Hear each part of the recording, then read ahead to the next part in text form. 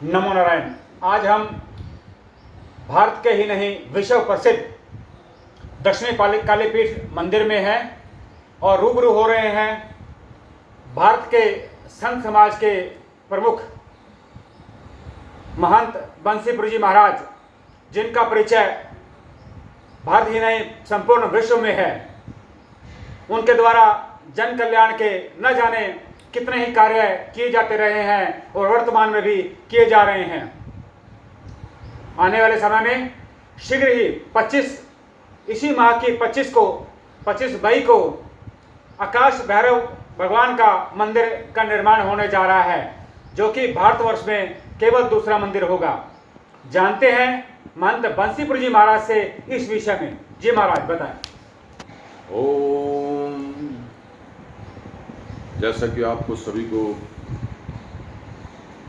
जानकारी तो अभी नहीं आई है लोगों पर फिर भी पेवे के नगर निवासियों को तथा जो हमारे से संबंधित लोग हैं उनको पता है कि विगत 1 वर्ष से हम आकाश भैरव मंदिर के निर्माण कार्य को चलाए हुए हैं।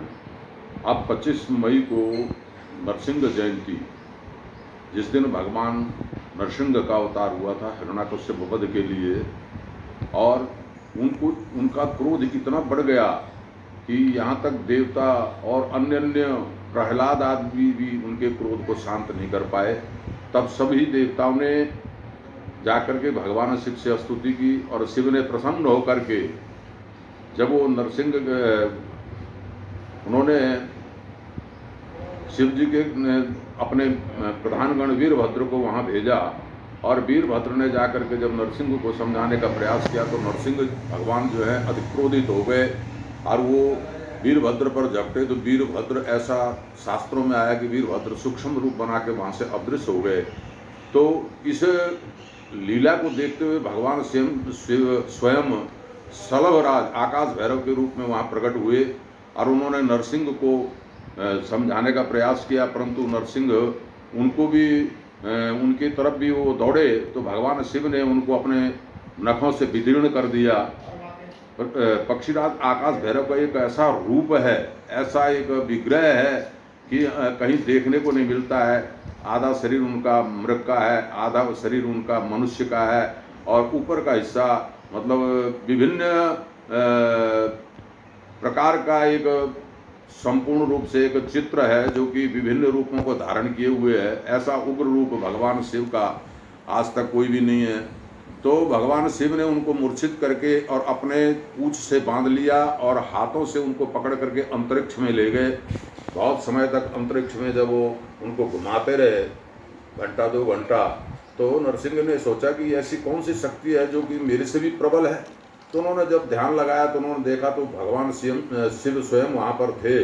तो उन्होंने फिर नरसिंह ने एक सलभ स्तोत्र नाम की एक रचना की और उससे भगवान की स्तुति की। तो भगवान शिव प्रसन्न हो गए। उन्होंने कहा कि अब हे नरसिंह, अब तुम्हारा समय पूर्ण हो चुका है। जिस कार्य हेतु आपका अवतार हुआ था वो कार्य पूर्ण हो गया है। अब आप अपने स्वयं विष्णु रूप में स्थापित हो जाओ।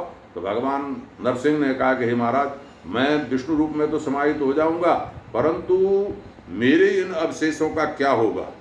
तो कहते हैं कि भगवान शिव ने नरसिंह के चर्म को धारण किया, जिसको कि हम सिंह चर्म कहते हैं, और नरसिंह के सिर को उन्होंने अपने माला में, जो माला पहनते हैं मुंड माला, उसमें धारण किया सुमेरु के रूप में। तो आज तक भी उस 2 चीज़ों का उपासना में बहुत विशेष महत्व है। और उसी महत्व को देखते हुए तो हमारे मन में बचपन से ये भावना थी कि सलभराज का मंदिर बना जाए आकाश भैरव का, परंतु बहुत से प्रयास, क्योंकि ये बहुत बड़ा उग्र मंदिर है, उग्र देवता हैं, इनकी साधना बहुत विनम्रता से करनी पड़ती है। अगर जरा से भी त्रुटि हो जाए तो वो हानिप्रद भी हो सकती है। तो इसको देखते हुए विगत 1.5 साल से यहाँ पर साधना चल रही है आकाश भैरव की, और भगवान की अपार कृपा से, भगवान सलभराज की जो है कृपा हम लोगों पर है, और उन्हीं के आशीर्वाद से मंदिर का निर्माण कार्य चालू हो रहा है, हुआ है। जैसा कि जब मैंने इसका निर्माण कार्य किया था तो कोई पैसे वैसे भी नहीं थे, परंतु भगवान की ऐसी कृपा हुई कि कहीं न प्रकार इसका कार्य कभी भी रुका नहीं। और अब 25 मई को नरसिंह जयंती, जिसको कि जिस दिन भगवान नरसिंह का प्रागट्य हुआ था, उसी रात में सलभराज का प्रागट्य माना जाता है। तो सलभराज को उस दिन उनकी स्थापना करने से एक विशेष महत्वपूर्ण हो जाएगा। और ये जो मंदिर है, ये साधकों के लिए, चाहे वो किसी भी क्षेत्र में हो, नेता हों, व्यापारी हों, वकील हों, डॉक्टर हों, सामान्य जन हों, कृषक हों, कोई भी हो, जिस मनोकामना से जो सलभराज की, आकाश भैरव की साधना करते हैं, उसमें अवश्यमेव वो विजयी होते हैं और शत्रु प्राणमुख हो जाते हैं। तो ऐसे भगवान सलभराज का 25 को प्राण प्रतिष्ठा महोत्सव है। तो मैं आप सबसे प्रार्थना करता हूं कि अधिकाधिक संख्या में पहुंच करके इस कार्य में पुण्य भागी होकर के भगवान सलभ का दर्शन करें, जो कि एक अद्वितीय प्रतिमा है, जिसका कि मैं आपको दिखाऊंगा कि वो सामने फोटो लगा है, उसको ले लो, तो उससे लोगों को पता चलेगा कि सलभराज क्या है। तो आइए देखते हैं भगवान सलभराज की प्रतिमा।